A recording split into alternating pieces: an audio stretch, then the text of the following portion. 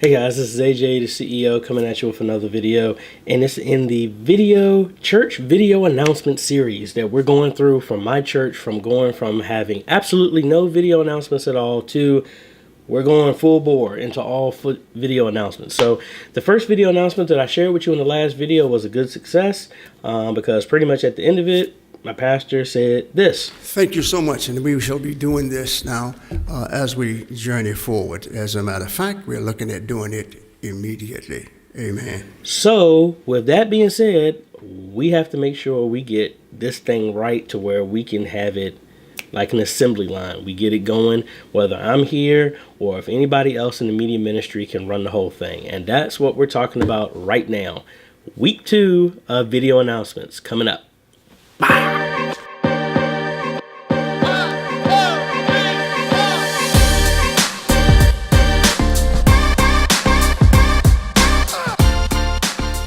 All right, so I'm here at my desk in front of my workstation, and I got a whole bunch of people who have submitted emails saying that they want church announcements.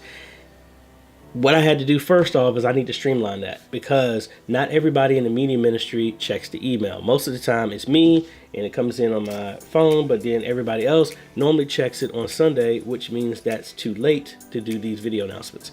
So what I'm doing is leveraging the same media request form that I talked to you about a couple of times to kind of streamline what was happening from a media standpoint.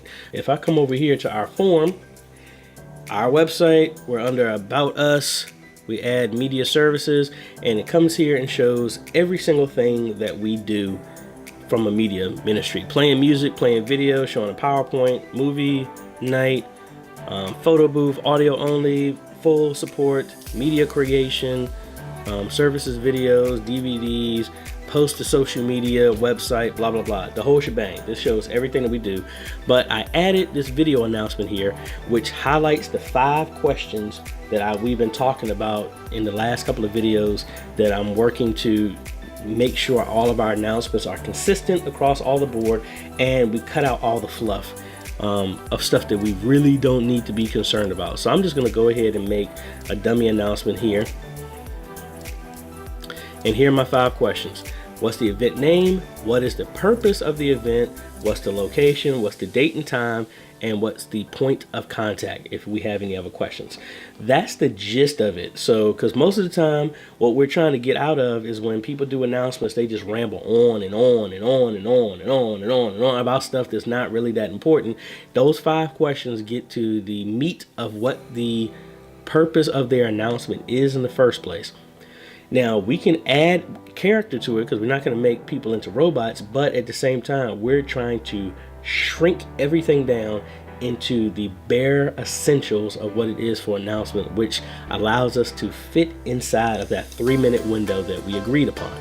So I have a bunch of these, and also the benefit of these, those 5 topics match the layout of our what I'm using for our graphics. So if I come over here to After Effects, this is one of the graphics that we use. This one is going to be mainly the event. This is our date and time, location, and this is kind of like a little stinger to try and get people, like, this is your call to action. That's the appropriate word of what people will have. And then a lot of the other stuff, like the purpose of the event, which if I go back to that question, so the purpose of the event is mainly going to be the talking points of whoever is going to be the host. All right, so you have your event name, that's for your graphics over here. Boom, like we talked about, is mainly for, so our event name is mainly for the yellow text. Come back, purpose of event, like I said, that is the talking point for your host or your whoever's announcing the announcement is going to be talking about.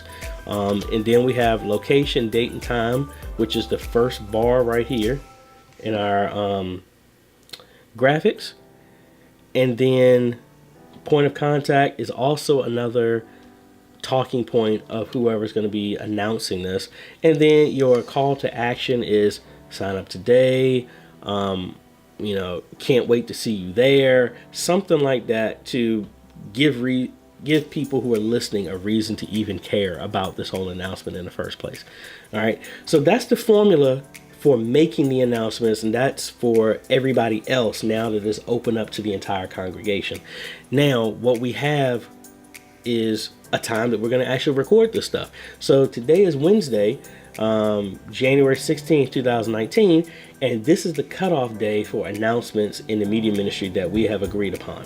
And I need to actually make a note when I do this in this form to say if this is after this date, your announcement is not going to be to the following Sunday. That's just so we have time to do this. So at the end of tonight, I'm going to come in tomorrow morning and look for any other announcements on our schedule. So if I cut over here to our schedule,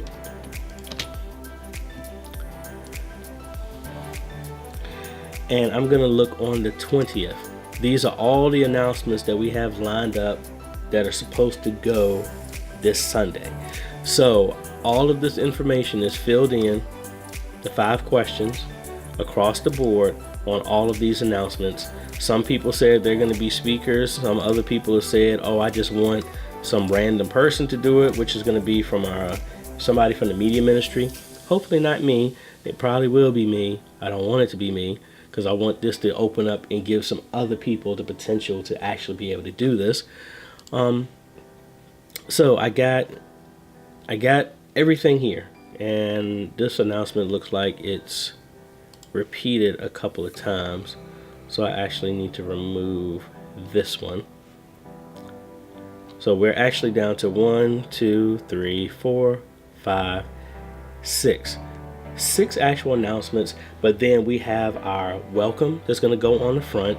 We have the endorsement of our online giving, because that's a new giving model that we're using that just started, so we need to keep that as a reminder.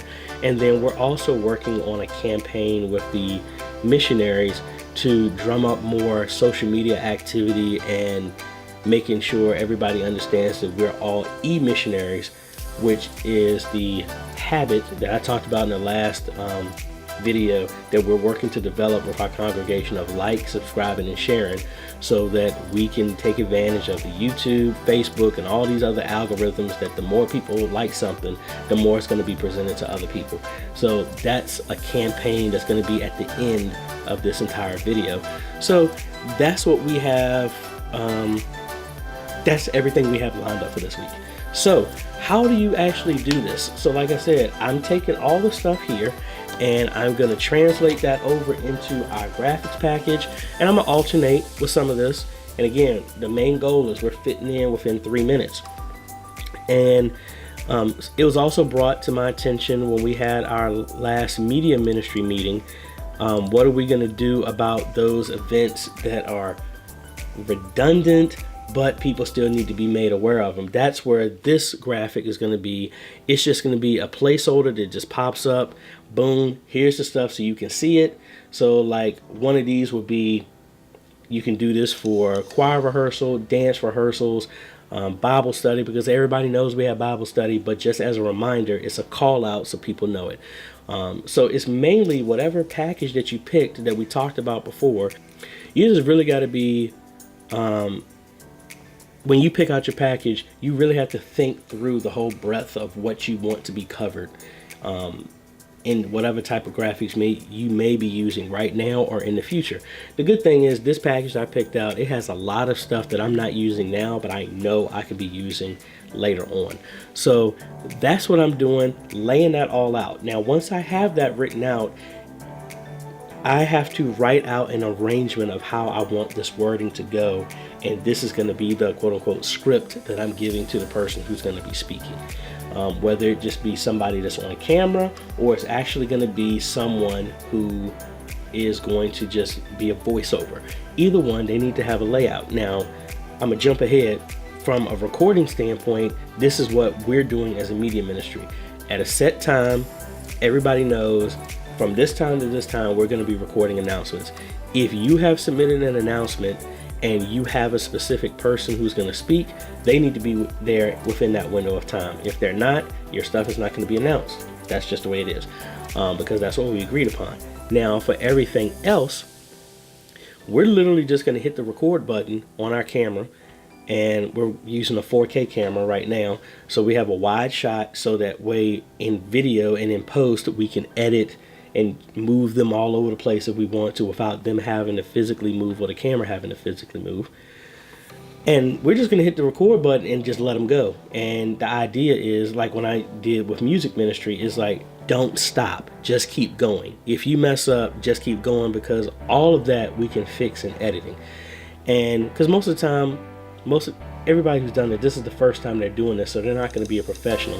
So what we're going to do is just make sure we remind them to hit those 5 points, not to be a robot, and to be relaxed. And that's why I'm not going to keep doing stop record.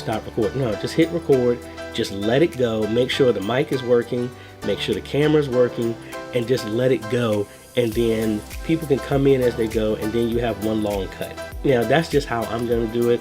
That might change later on to where I maybe want to stop record. Me, I'd rather just let it record and then be able to not concentrate on the camera, and I just need to concentrate on the talent and make sure that they get the announcement and deliver it in a way that they feel comfortable with it. I'm also going to have a monitor set up so they can actually see, and then in future time we'll probably have a teleprompter so that they're going to be looking right at the camera, and everything they need to be said is going to be right there in front of them. We're not there yet. This is only week 2, but this is what we're aiming for. And that's mainly the logistical workflow of what I'm doing.